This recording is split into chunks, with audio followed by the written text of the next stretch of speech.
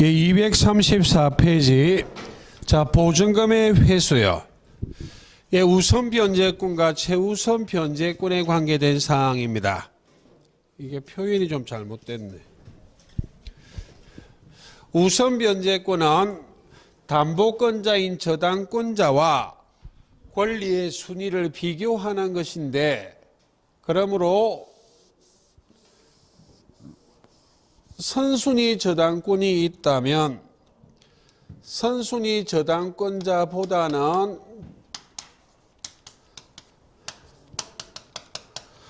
우선하지 못하고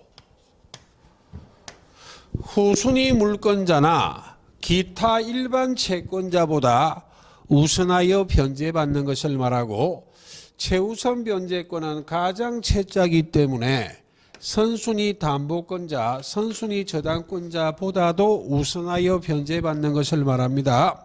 예. 자, 그 중에 우선 변제권 해보자고요. 자, 이해하라고 사례를 보여드리는 것이지 숫자 시험에 안 물어봅니다. 가령 예를 든다면 갑을 간에 임대차 계약하고 주택 소유자인 갑이 임대인, 을이 임차인.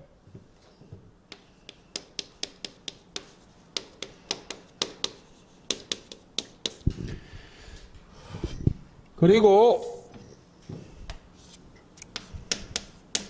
병이란 저당권자가 있어요. 갑병 간의 금전 소비 대차 계약 등을 하고 채무자인 갑이 변제기에 채무를 변제하지 않을까봐 채권자인 병이 담보 제공을 요구했고, 이 채무자 갑이 자기 소유하는 집을 병에게 저당권을 설정해 주었다는 말입니다. 그럼 등기해야 저당권 취득하죠. 예. 그럼 이 임차인이 임차권은 등기가 되지 않았다는 전제하에 논리입니다. 임차권이 만약 등기가 됐다면 이런 걸 오해하더라고요. 등기가 되지 않았다는 전제하, 이런 요건을 갖추면 대항력 생기지, 민법 621조에 따라 등기가 돼버리면 이런 논리 적용 안 해요. 곧바로 대항력 생겨버려. 등기가 되면 즉시 대항력 생긴다고. 등기가 돼버리면 이런 거 필요 있다 없다? 없어요. 지금은 등기되지 않았다는 전제하에 논리입니다. 예. 만약 등기가 된 임차권이라면 누가 먼저 등기됐는지를 따져야 돼. 그 자가 권리가 우선해요. 등기된 자가. 지금은 등기되지 않았다는 전제하에 논리입니다. 임차권은 등기되지 않았고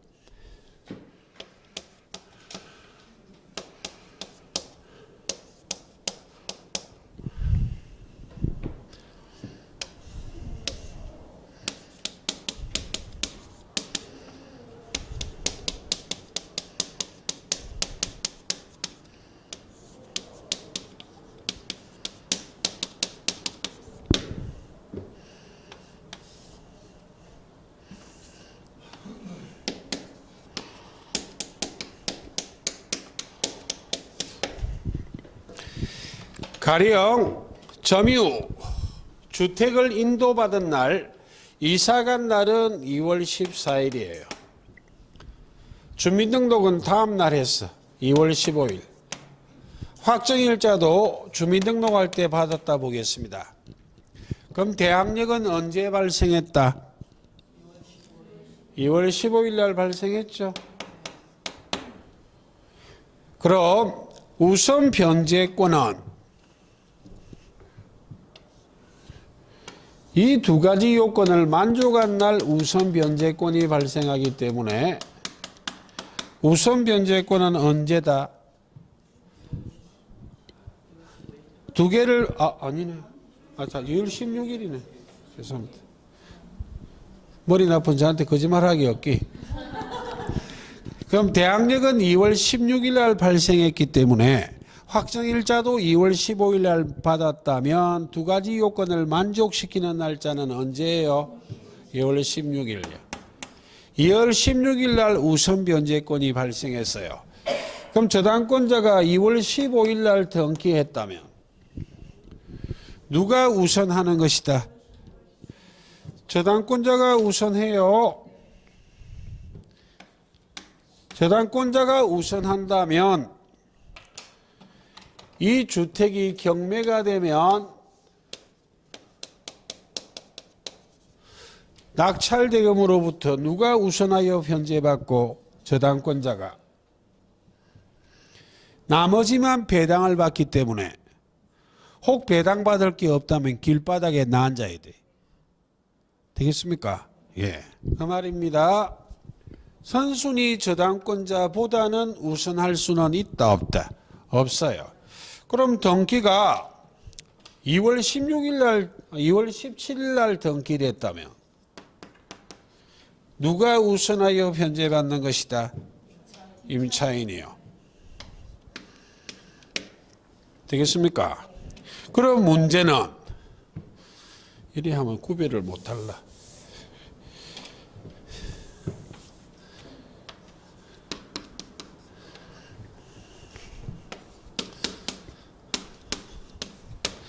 됐죠?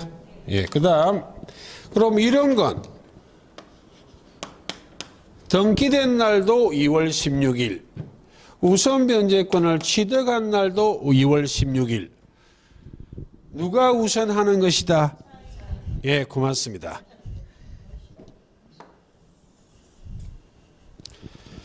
대항력이 오전 0시란 판례가 있지 우선 변제권은 오전 0시란 거 없어요.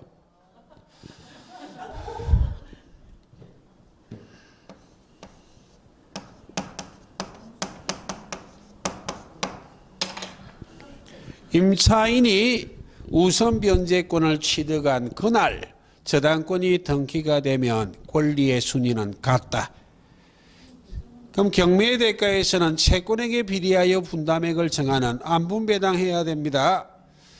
그냥 순수한 대항력 할 때 존속기간을 보장받을 때에는 오전 0시란 판례가 있지만 경매 대가에서 우선 변제받을 때에는 오전 0시 이런 판례는 있다 없다? 없어. 임차인이 우선 변제권을 취득한 그날 저당권이 등기됐다면 임차인과 저당권자의 우선 변제권은 순위가 같다. 채권액에 비례하여 분담액을 정해야 되기 때문에 다른 권리자가 없다면 만약 주택이 3억에 낙찰됐는데 보증금은 2억이고 저당권자의 피담보 채권은 3억이라면 2대3으로 3억을 나눠야 됩니다. 그게 순위가 같다는 말이에요. 채권액에 비례하여 분담액을 정한다. 권리 순위 같습니다. 이건 간혹 물어봐요. 이해하셨습니까? 예. 를 이해를 하시면 될 것. 날짜 이런 건 안 물어봅니다. 근데 이 판례는 간혹 물어봅니다. 임차인이 우선 변제권을 취득한 당일 동일한 주택의 저당권 등기가 됐다면 임차인과 저당권자의 경매 대가에 대한 권리의 순위는 같습니다. 예. 그 정도를 기억하면 될 것. 틀릴 줄 알고 물어봤어요. 예, 틀려도 괜찮아. 수업 시간에. 시험장에 가서 안 틀리시면 돼요. 그럼 여기에 확정일자란 것이 확정일자 날인제도요. 왜 이런 제도를 만들었는가?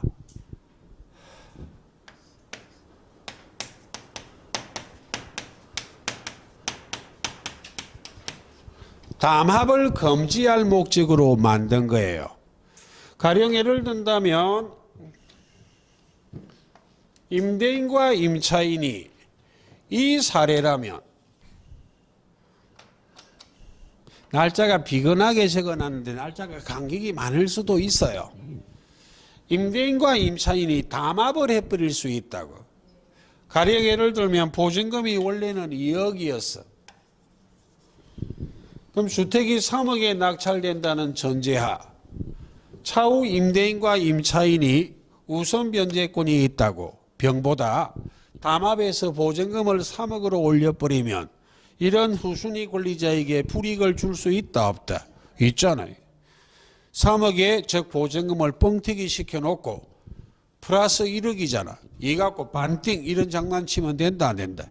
안 되기 때문에 확정일자를 가출하는 제도를 만들었다고. 임대인과 임차인이 차후에 보증금을 정해가는 담합을 하는 것을 막기 위해서. 됐습니까? 예. 그러니까 확정일자 날인제도에 따라 확정일자인을 받으러 가면 이 말을 아는 사람들은 보증금 옆에 도장 쾅 찍어요. 장난치지 말라고. 물론 옮겨 적지만 주민센터 가면 지 마음대로 찍어요. 아무데나 모르기 때문에 그냥. 시킨 대로 기계적으로 일만 하기 때문에 법을 몰라요. 근데 공정사무소라든지 법률 전문가한테 가면 보증금 옆에 쾅 찍어요. 왜 이 제도를 만들었는지 알기 때문에. 그건 시험이 아닌데 왜 지금 강조하는가? 최우선 변제권은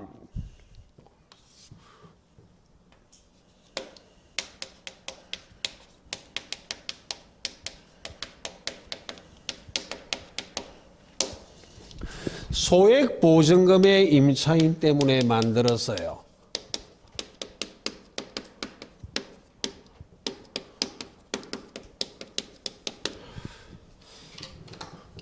소액이 얼마인지는 중개사법 시간에만 하십시오.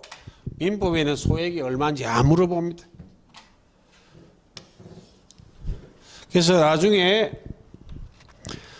혹 1차만 하는 분은 박스에 있는 그 숫자 암기 안 해도 돼요.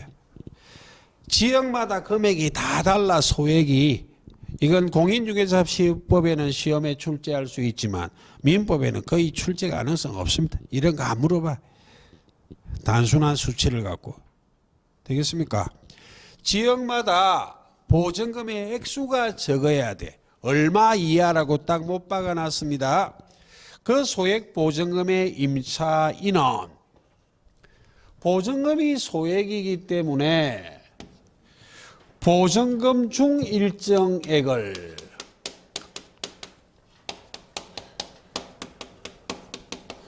보증금 중 일정액을 최우선 변제, 선순위 담보권자, 선순위 저당권자보다도 우선하여 변제받는다고. 소액 보증금 전액을 언제나 최우선 변제받는 거 아니에요. 보증금 중 얼마를 일정액을. 일정액이 얼마 이하인지도 민법에는 잘 안 물어봐요. 중개사법 할 때는 하라고요. 되겠습니까? 예. 제도의 취지는 보증금이 소액이기 때문에 권리의 순위를 따지면 진짜로 길바닥에 나앉습니다. 그러니까 보증금 중 일정액은 선순위 물권자, 선순위 저당권자보다도 우선하여 변제받도록 해주기 때문에 이 돈 들고 쪽방이라도 가라 이 말입니다. 권리의 순위를 따진다 안 따진다? 안 따져요. 되겠습니까? 그래서 확정일자는 필요 없다고.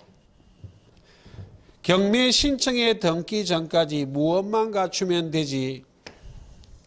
이것 때문에 설명했어요.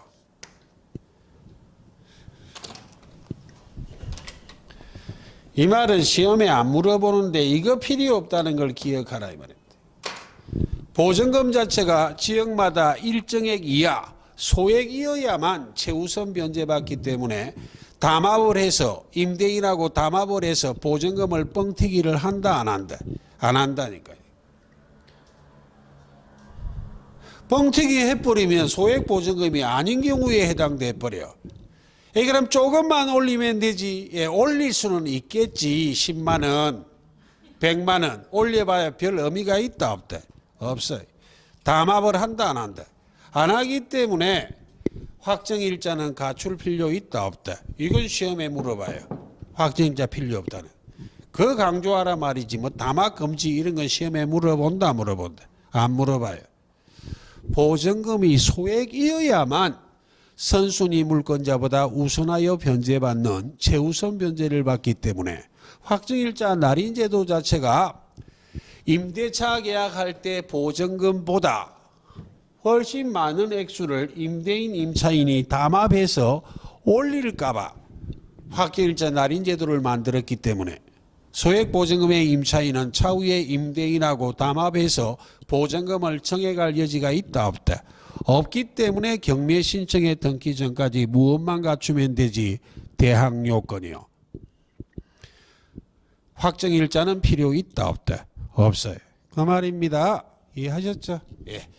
이게 바로 최우선 변제권에 관계된 사항. 민법 시험에는 숫자를 묻지 않기 때문에 서울특별시 얼마 이하의 얼마 이하, 수도권역 과밀억제권역은 어떻고 뭐 광역시는 어떻고 이런 건 중개사법 시간이나 합니다. 예, 민법에 그냥 안 물어봅니다. 그 외에도 물어볼 게 지천에 깔려 있어요. 문제가 최대 2문제인데 그런 거 물어볼 여지가 있다 없다? 없어요. 자, 그렇게 정리하시고 이게 보증금 회수와 관계된 사항입니다. 그리고 이걸로 국민의 주거 생활의 안정이 도모되는 걸로 생각을 했었어요. 그런데 이상한 현상이 생겼습니다.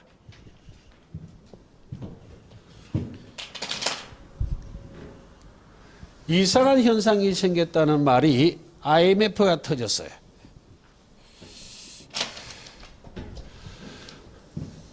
그래서 제도를 하나 더 만들었습니다.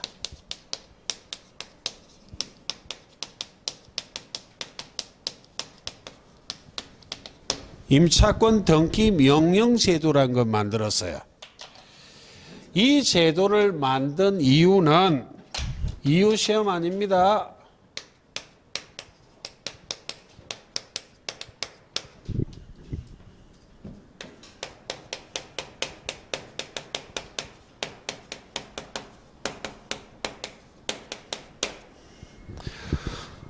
헌법상의 거주 이전의 자유를 보장하기 위해서 만든 제도입니다.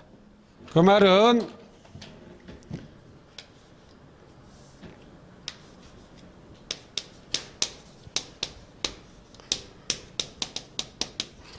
등기하고 이사가란 제도예요. 왜? 자, 존속기간의 보장, 대항력이요. 그리고 보증금의 회수, 우선 변제권, 최우선 변제권. 이 요건들은 요건만 애초에 갖추면 계속 인정되는 거 아니에요. 주택이 경매가 되면 배당 요구 종기까지요. 경매 신청에 등기 전까지 아닙니다. 자, 경매를 안 해봐도 머릿속으로 연상해 볼게요. 어떤 부동산을 경매하기 위해서 경매법원에 경매 신청한다고. 경매 신청하면 경매법원이 경매를 해야 되는지 말아야 되는지를 결정을 해요. 경매 개시 결정이 되면 등기수에 촉탁해 경매 개시 결정 기입 등기, 줄여서 경매 신청에 등기하라고. 경매 신청에 등기가 되고 본격적으로 경매 절차로 들어간다고. 그럼 누군가 낙찰받은 사람이 있을 거잖아요. 낙찰을 받고 나면 배당한다고. 그럼 배당 요구 종기란 말과 경매 신청에 등기할 때란 말이 같은 말이다, 다른 말이다? 다른 말이에요. 배당 요구 종기는 경매 신청에 등기가 되고 난 다음 한참 뒤에요. 배당 요구 종기까지 대항 요건을 계속 유지해야 돼. 점유와 주민등록 계속 유지해야만 대항력도 인정되고 우선 변제권, 최우선 변제권이 인정이 된다고. 그러니까 어떤 경우에 등기하고 이사가라는 말인가 하는 요건을 눈여겨보셔야 돼요. 자, 가령 가불간에 주택 임대차 계약했습니다.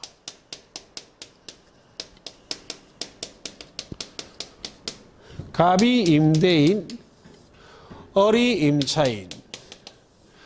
그럼 가령 존속기간을 2년이라 예를 들어 볼게요. 그럼 주택을 이 존속기간 내에는 임차인이 배타적으로 점유하여 사용 수익하는데 이 2년이란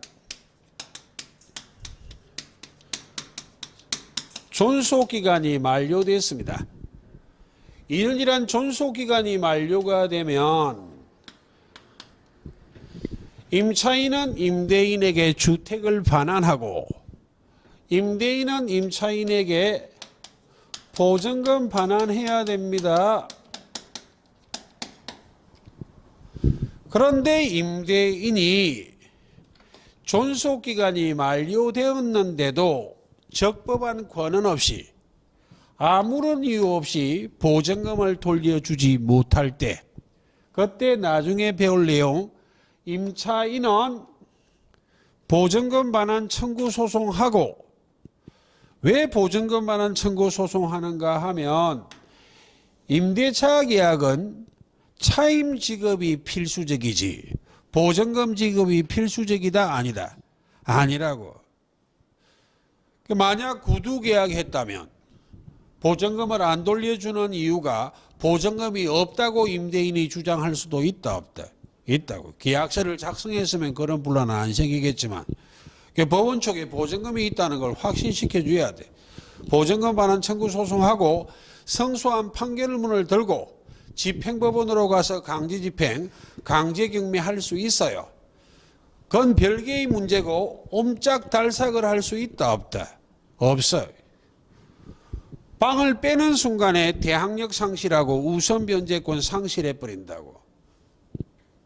집을 깔고 앉아 경매해야 돼. 헌법상 보장하겠다는 거주이전의 자유가 보장이 안 되는 모습이 되어버렸어. 이 임대인이 정당한 이유 없이 보증금을 안 돌려주는데도 보증금을 돌려받기 위해서 방을 뺄 수도 없는 이상한 현상이 생겼기 때문에 헌법상의 거주이전의 자유를 보장하기 위해서 이 제도에 따라 등기하고 무엇하란 이야기라 이사가란 이야기예요. 그럼 원점으로 등기가 돼버렸다면 대항력 우선 변제권이 이런 요건 필요 있다 없다? 없어요. 등기된 임차권은 반드시 그 집에 이사갈 필요도 없습니다. 그리고 주민등록 전입신고도 할 필요 있다 없다? 없어요. 반드시 그렇게 해야만 하는 건 아니라고. 자유롭게 거주도 옮겨버릴 수가 있고 주민등록도 옮겨도 큰 문제는 있다 없다? 없다고. 그래서 이 제도가 굳이 말하면 시험에는 그렇게 묻지는 않을 것인데 IMF 때문에 생긴 제도예요. 왜? 임대인도 정상이 참작이 돼. IMF가 팡 터지니까 소비심리가 극도로 냉각이 돼버렸습니다. 소비심리가 극도로 냉각됐다는 말은 보증금 2억이었다고. 너무 많나? 1억만 할까? 보증금 1억인데 IMF 터지고 존속기가 만료됐어요. 이 집에는 두 번 다시 1억에 들어올 사람은 있다 없다? 없다 이거예요. 정확한 수치는 아니지만 지역에 따라 다르지만 7, 8천이면 들어올 사람이 있어. 1억이라면 더 좋은 집에 간다 생각하고 있어. 그러니까 임대인이 몇 천만 원의 저축이 없는 한 보증금을 돌려줄 방법이 있다 없다? 없다니까요. 왜 그동안에는 계약기간 만료되면 인플레이션이 지속되고 있었기 때문에 보증금 올려서 남는 건 딸내미 시집 보내고 쌍수하고 이런 거 했는데 또 나중에 계약기간 만료되면 또 몇천 올리고 이런 식으로 아닙니까? 근데 갑자기 IMF가 터지니까 임대인도 요구할 수 없는 것이 저축이 없다면 못 돌려주는 이상한 현상이 생겼다고. 그럼 임대인 사정이고 누가 불쌍하다고? 임차인이. 등기하고 이사가란 제도가 무엇이라? 임차권 등기 명령 제도예요. 이때 임차권 등기 명령 제도는 이 두 가지 요건을 갖추어야만 할 수 있어요.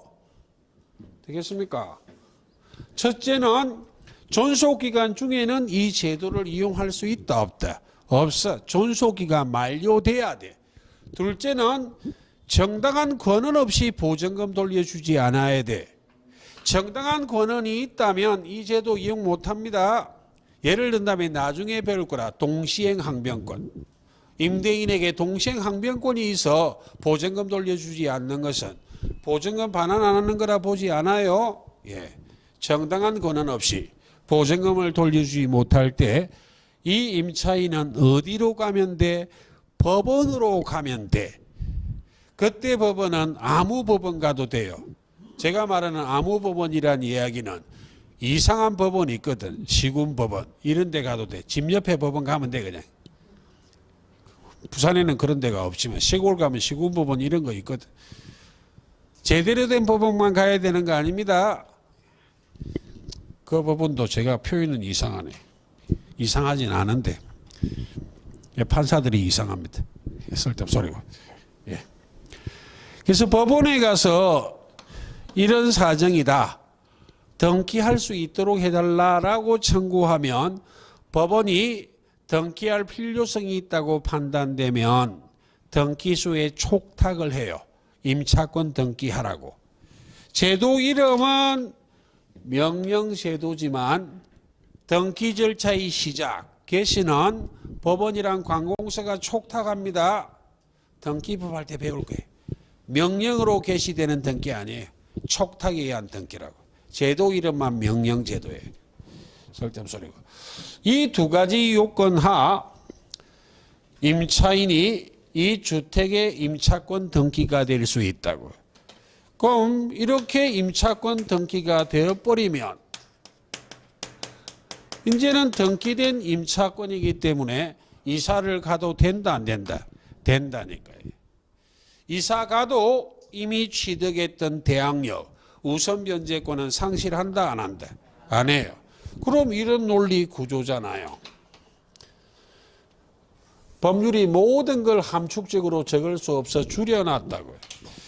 그럼 계약할 당시 계약 초창기에 대항력, 우선 변제권 줄여 적었습니다. 모두 갖추고 있는 게 대부분이잖아요. 그럼 존속기간 만료요. 2년이란 존속기간이 만료된 후 등기는 그 이후에 등기되거든. 그럼 이미 대항력 우선 변제권을 취득한 임차인이라면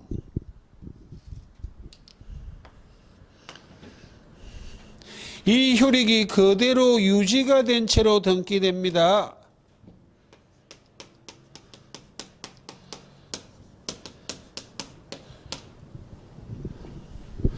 이 대항력 우선 변제권이 그대로 유지가 된 채, 효력이 그대로 유지가 된 채로 등기가 돼. 그래서 이 제도에 따른 임차권 등기가 되면 주택을 언제부터 점유했는지, 주민등록은 언제 했는지, 확정일자는 언제 갖추었는지 이 날짜들이 등기부에 다 기록이 된다고. 되겠습니까? 그런 것이고, 만약 종전에 대항력 우선 변제권을 갖추지 못한 임차인이라면 등기된 이후 새롭게 대항력 우선 변제권이 생기는 거예요. 되겠습니까? 안 됩니까? 임대차 계약할 때 거의 대부분은 그 집에 이사가서 주민등록하고 전입신고할 때 확정일자 받잖아요. 그런 케이스라면 계약하고 나서 대항력 우선 변제권 갖추었잖아. 근데 이 등기는 존속기가 만료된 이후에 등기되는 거거든.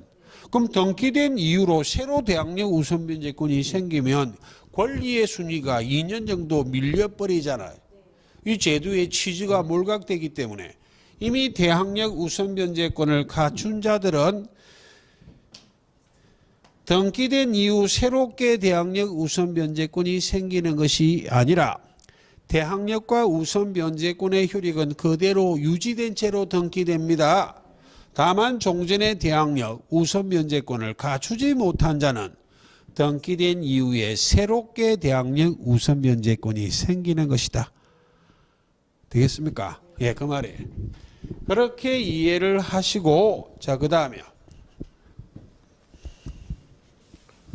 그래서 이 세 가지가 주택임대차보호법하고 상가건물임대차보호법의 가장 핵심적인 제도 세 가지예요.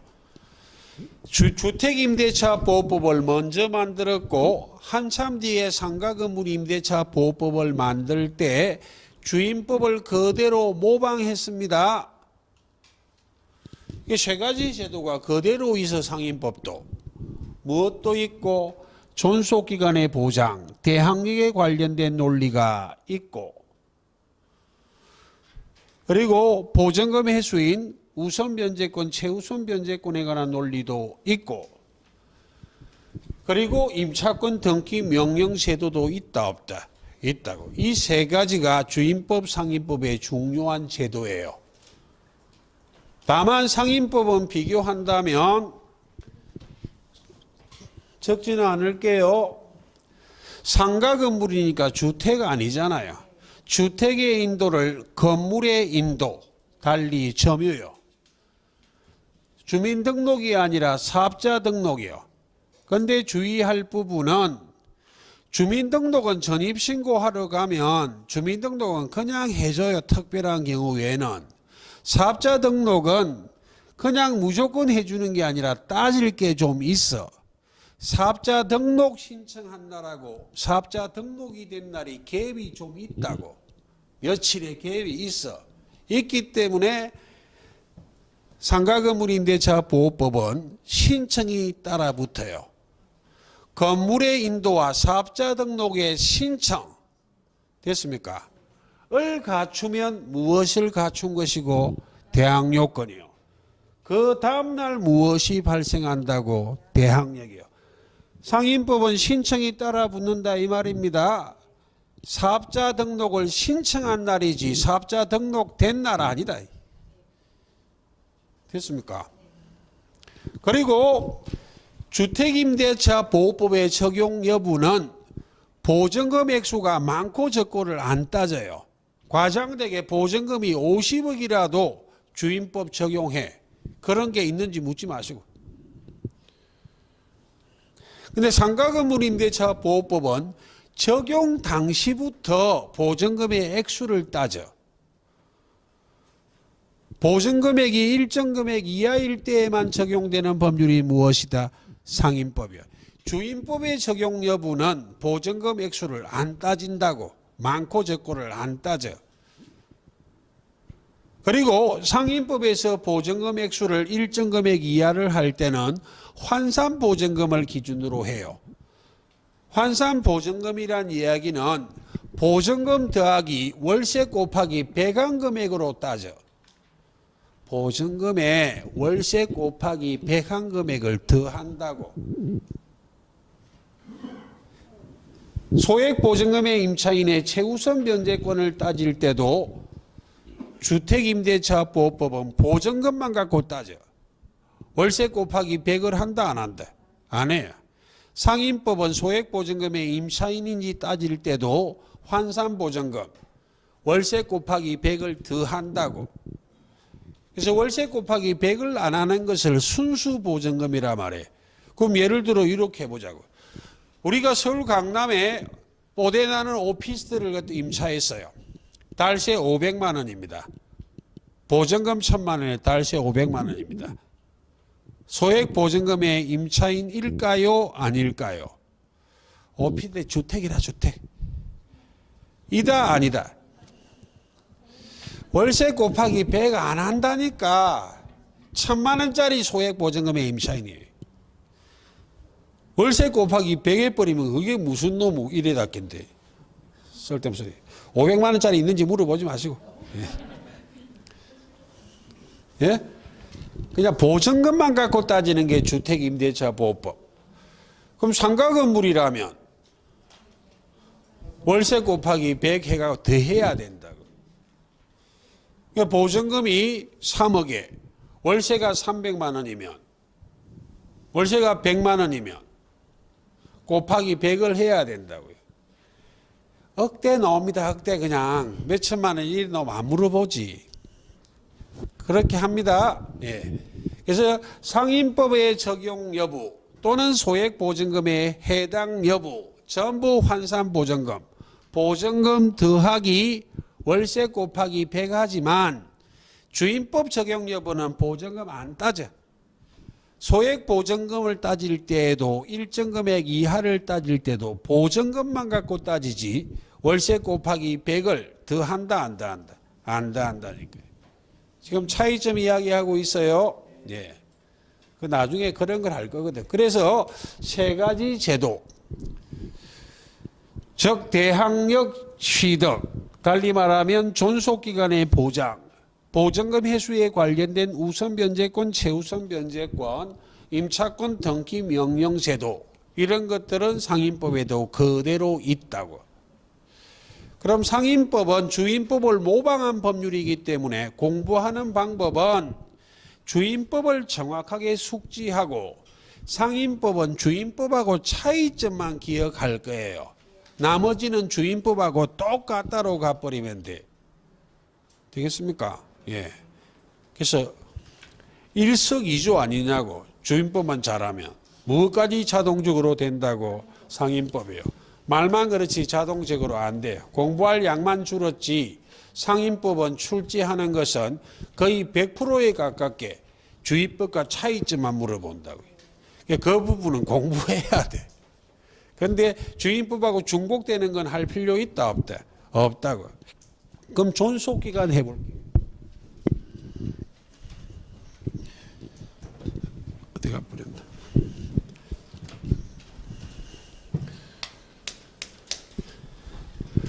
주임법에는 최단기의 규정이 있어요.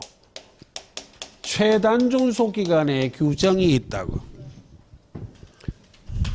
최소한 몇 년을 보장하겠다는 규정이 있어. 예, 2년인데 정확하게 한번 보여드리면 이런 이야기입니다. 기간의 규정이 없거나 기간을 정하지 않았거나 죄송합니다. 기간을 정하지 않았거나 또는 2년 미만으로 약정 정했다면 몇 년으로 본다? 2년으로 본다. 그래서 주임법의 최단 존속기간, 최단기의 규정은 무엇이다? 2년이에요. 상인법은 2가 1로 달라져. 최단기 1년. 기간의 정함이 없거나 1년 미만으로 약정한 경우 몇 년으로 본다? 1년. 그게 상인법이에요. 그런데 주택임대차보호법, 상가건물임대차보호법이 통째로 편면적 강행 규정이에요.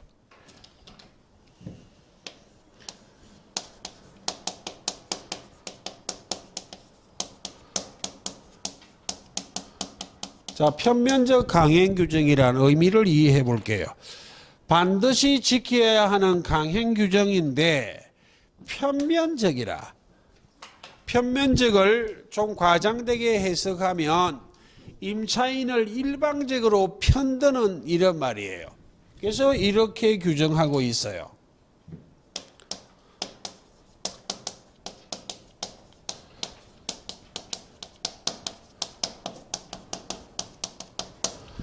본법에 위반한 약정으로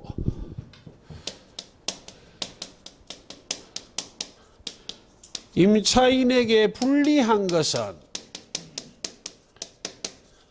효력이 없다 라고 규정하고 있어요. 그럼 반대 해석하면 본법에 위반한 약정이라 할지라도 임차인한테 불리하지 않다는 특별한 사정이 있다면 효력 있다 없다. 있다 될까요? 강행 규정이라면 누가 위반해도 효력 없다로 가는 게 강행 규정인데 그중에 편면적 강행 규정은 과장되게 한쪽을 일방적으로 편드는 강행 규정이라 이해하시면 돼요. 누구를 일방적으로 편든다고? 임차인이요. 그럼 예를 든다면 이건 상인부도 마찬가지예요. 갑을 간의 주택임대차 계약을 함에 있어 존속기간을 1년으로 약정했어요. 갑이 임대인, 을이 임차인. 임대인은 1년을 주장할 수 있다 없다? 없어요. 그럼 임차인은 1년을 주장할 수도 있다 없다? 있어요. 존속기간의 약정은 1년 했어. 법률 규정은 최단기를 몇 년으로 규정하고 있어? 2년이요.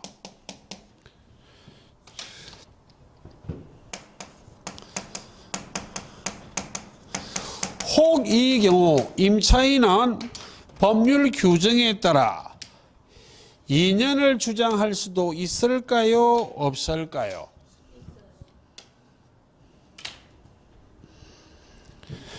그럼 임차인이 1년을 약정했는데 임차인이 2년을 주장 안 했는데도 자기가 먼저 2년을 주장하는 것은 허용한다 안 한다?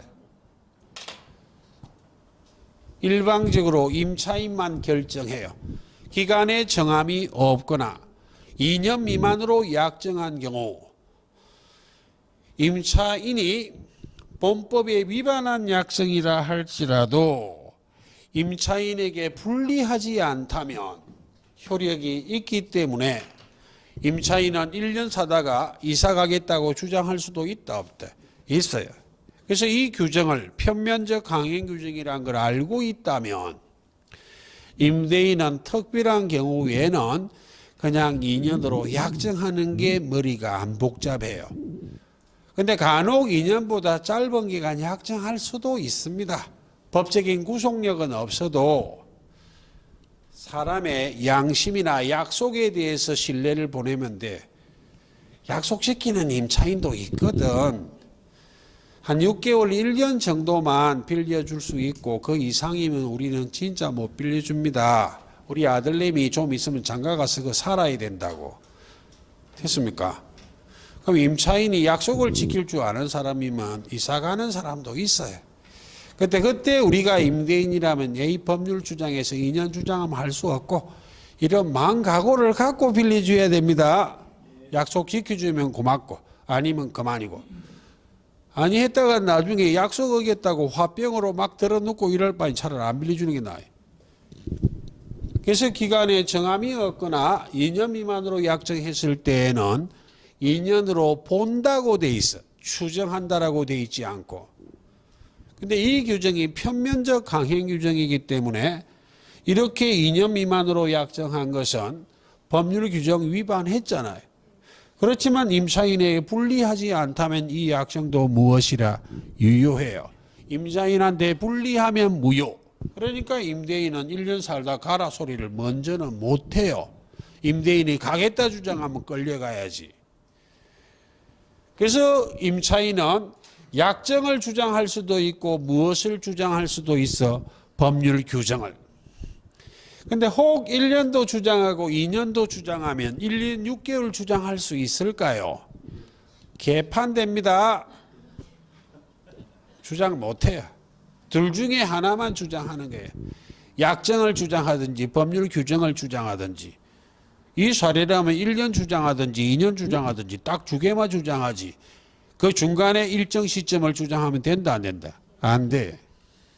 그랬다가 진짜 저급한 말로 개판되지. 임대인한테 너무너무 가혹해지기 때문에. 1년 지나면 언제 나가려고 할지 노심초사 이래 있을 수는 없지. 1년 지나버리면 자동적으로 몇 년 돼버리는 거라 2년 돼버리는 거예요. 그 중간에 일정 시점을 주장하는 것은 너무나 엉망돼 버려요. 그거는 허용하지 않아요. 그럼 상임법은 2를 1로 뜯어 치면 논리 똑같습니다. 예, 최단 존속 기간이 1년으로 되어 있어요. 이해하셨죠? 예. 그리고 주임법에는 상임법과 달리 사실혼 배우자가 주택 임차권을 승계할 수 있다는 규정을 두고 있습니다. 시험에는 잘 안 물어봐요. 그다지 복잡하지도 않고. 사실혼 배우자란 말이 기자들은 부정적인 의미로 동거 이런 말을 쓰는데 법률은 부정적인 용어 쓰지 않아요. 세상에서 제가 볼 땐 가장 사랑하는 사람들이에요. 오직 하면 혼인신고도 안 하고 같이 베개를 쓰겠느냐고. 특별한 법적인 구속력도 많지도 않은데 피치 못한 사정으로 혼인신고만 못했을 뿐이고 지금 열렬히 사랑하는 사이가 사실혼 배우자예요. 사실혼 배우자는 원칙적으로 법률상 보호를 받지 못합니다. 가장 큰 권리인 자본주의 사회에서는 상속권이 중요하거든. 일반 배우자가 사망하면 잔존 배우자가 안정적으로 살아가기 위해서는 돈이 있어야 되잖아요. 근데 사실혼 배우자는 상속권이 없습니다. 그러니까 사실혼 배우자가 길바닥에 앉으면 된다, 안 된다? 안 되기 때문에 일정한 요건하 사실혼 배우자도 주택 임차권을 승계받을 수 있다는 규정을 두고 있어요. 임차인이 사망하면. 언제나는 아니지만 그건 상임법에는 없어요. 상임법에 있는 것 중에 주임법에 없는 것이 계약갱신 요구권하고 그 다음에 권리금 보호예요.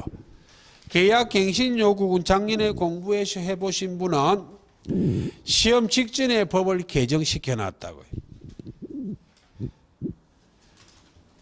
임차인이 존속기간 만료 전 6월부터 1일까지 사이에 행사하는 계약갱신 요구, 계약갱신 청구권에 대해서 정당한 이유 없이 거절하지 못한다 하는 계약갱신 요구권이요. 지금은 맛만 볼게요. 그게 240페이지에 나와 있어요. 되겠습니까? 예. 계약갱신 요구권이라는 규정이 있고 작년 시험 직전에 개정되기 전에는 최초의 임대차 기간을 포함한 전체 5년을 초과하지 않는 범위 내에서 계약갱신 요구할 수 있다라는 규정이 5년만 갖고는 부족하다 해서 법을 개정해 버렸습니다. 몇 년으로 개정해 버렸다? 10년으로요. 예, 그런 것들은 특별법은 법이 개정되면 땡큐입니다. 왜냐하면 법이 개정되면 개정한 이유가 있거든. 그래서 특별법은 법이 개정되면 10중 8구 그거 물어봐요. 그래서 작년에는 해수로는 올해지만 시험 치고 나면 작년이니까 시험에 임박해서 며칠 전에 공포를 해버렸기 때문에 출제가 되지 않았을 뿐이에요. 그런데 올해 물어볼지도 몰라요. 그 계약갱신 요구권 이런 걸 배울 것인데 계약갱신 요구권의 취지는 과거에 이 제도가 만들어지기 전에는 상가 건물주가 이런 만행을 저질러요. 상가를 임대차하면 임차인이 장사를 하기 위해서 영업용이어야 되거든. 영리를 목적으로 활동해야 돼. 상가 건물에도 모든 사무실이 영리를 목적으로 활동하지는 않잖아. 그럼 상임법 적용 안 합니다. 상가 건물에도 우선 친목회 내지는 뭐 전후회 이런 거 하는 경우 있다니까요. 그런 것들은 영리를 목적으로 한다 안 한다? 안 하기 때문에 그건 적용 대상 아니기 때문에 영리를 목적으로 해야 돼. 주로 장사한다고 장사요. 그럼 장사를 하기 위해서는 고객들을 불러야 되기 때문에 초기 투자 비용이 많이 들잖아요. 초기 투자 비용이란 말이 시설해야 돼 시설. 그래야 뽀대나게 차리나야 호객이 되지. 썰렁한 말 삐끼처럼 앞에서 와길래 말로 불러오는 게 아니고 딱 시설로서 보여준다고. 우리 가게는 이렇습니다. 여러분들이 요구하는 걸 만족시켜 드릴 준비가 됐습니다 하기 위해서는 시설비가 많이 들거든. 그럼 그게 시설비가 투자된 것이 1, 2년 만에 회수 잘 안 돼요. 한 1, 2년 하다 장사 잘 되면 건물주가 이래 말합니다. 아이고 미안해 어쩌노. 우리 친척 중에 너무 못 사는 사람이 있다. 입에 풀칠도 못해서 할 수 없이 우리 형님의 뭔데 가게 좀 비워라. 여기 장사 좀 시켜야 되겠다고. 내보내고 지가 하고 앉아있어요. 자리 잡고 나면. 그런 거 한 2번 당해버리면 웬만한 체력가 아니면 그냥 길바닥에 나앉습니다. 시설비로 다 날려버리거든. 그래서 과거의 입법자들이 생각할 때는 최초의 임대차 기간을 포함하여 전체 5년이라면 특별한 경우 없이 성실히 일하면 초기 투자 비용은 다 회수한다 생각했거든. 경제 환경이 달라지니까 지금 5년 갖고는 된다 안 된다. 안 되기 때문에 넉넉 잡고 10년이라고 개정을 해버린 거예요. 그래서 계약 갱신 요건의 취지가 자꾸 그렇게 특별한 정당한 이유가 없으면 거절 못하기 때문에 임대인이 최초의 임대차 기간을 포함하여 전체 10년이라면 거기서 먹고 자고 쓰고 애들 키우고 초기 투자 비용 회수해서 혹시 계약이 만료돼도 딴 데 가서 새로 또 사업을 할 수 있다 없다. 이런 취지로 만든 제도가 무엇이라? 계약 갱신 요구권이요. 그리고 과거에는 법률이 없다가 몇 해 전에는 보통 상가는 장사가 잘 되면 권리금 주고 들어가잖아요. 근데 이 권리금이란 말이 과거에는 보장을 안 했거든. 지금 그래서 몇 해 전에 아예 명문의 규정으로 권리금 회수 기회를 보장하겠다는 규정을 집어넣어놨어요. 그래서 상인법을 시험 문제 한 문제 출제하는데 10중 8구는 계약갱신 요구권 그리고 권리금 회수 기회 보호 이 둘 중에 물어봅니다. 그 두 가지를 집중적으로 1일부터 연구할 계획이에요. 되겠죠? 예, 그럼 나중에는 생략할 것이기 때문에 광각이 쉬운 가장 기초를 한 번만 더 설명할게요. 적지는 않겠고 주임법의 적용 여부는 주택임대차보호법을 적용하고 말고는 보증금 많고 적고 안 따져요. 보증금이 엄청 많아도 적용하는 법률이 주임법이에요. 상인법은 적용 자체가 보증금액이 일정 금액 이하일 때만 적용해요. 지역별로. 그래서 그 법률을 보면 부산광역시가 경제활동이 아주 미진하다는 걸 알 수 있어. 광역시는 적용 여부 보증금액 쥐꼬리만큼입니다. 그 법률을 보면 우리나라가 서울광역시라는 거 알 수 있어.